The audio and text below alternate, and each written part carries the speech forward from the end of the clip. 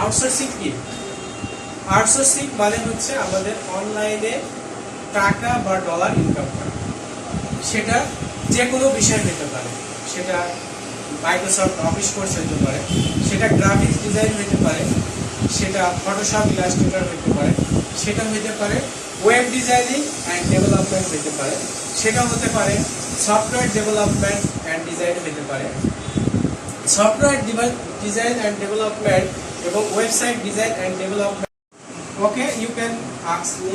Sir, আমার প্রশ্ন হলো যে অনলাইনে আউটসোর্সিং এর কোথা থেকে ইনকাম করতে হলে কি ওই বিষয়ে অনেক বেশি এক্সপার্ট হওয়া জরুরি হবে এবং এক্সপার্ট হতে হবে, কারণ ওই বিষয়ে যখন কাজ করতে যাবেন আপনাকে সেই অনেকগুলো প্রতিযোগীর সাথে আপনাকে কন্টেস্ট করতে হবে। অবশ্যই আপনাকে দক্ষ এবং এক্সপার্ট হতে হবে। আপনি যদি কাজটা উইন করতে চান, এখানে অনেকগুলো ফ্রিল্যান্সার থাকে যাদের মাধ্যমে আপনি প্রতিযোগিতা করে আপনি অনলাইনে সেই প্রপোজালের মাধ্যমে আপনি কাজটা ছিনিয়ে আনবেন।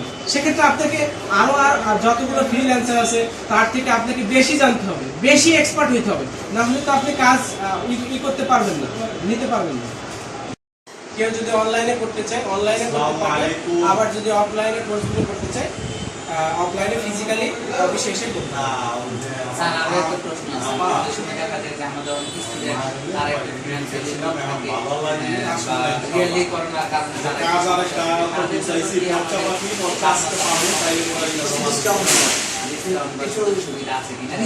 হ্যাঁ, অবশ্যই যেসব যারা এসএসসি এবং এইচএসসি স্টুডেন্ট পরীক্ষা দিয়েছে তাদের জন্য আমি 50% স্কলারশিপ রাখছি, এবং যারা দরিদ্র, একেবারে দরিদ্র, তাদের জন্য আমি 90% স্কলারশিপ দিচ্ছি যে কোনো সাবজেক্ট। পাবনাসফটের যতগুলো কোর্স আছে, যদি কোনো দরিদ্র শিক্ষার্থী সে বিষয়ে শিখতে চায়, আমি 90% তাদের স্কলারশিপ দেবো ইনশাআল্লাহ, এবং সাথে সাথে কোনো দেরি নাই, ইনস্ট্যান্টলি আমি 90% স্কলারশিপ দিয়ে দেবো। যারা দরিদ্র এবং মেধাবী এবং শিখতে তারা অনেক আগ্রহী, তাদেরকে আমি 90% স্কলারশিপ দিতে রাজি আছি। টেকনোলজি শিখে আপনি অনলাইনে কাজ করতে পারেন। সেটা বিশ্বের সেরা দুটি ওয়েবসাইট হচ্ছে আপওয়ার্ক, upwork.com। আর একটা ওয়েবসাইট আছে, সেটা হচ্ছে কি freelancer.com।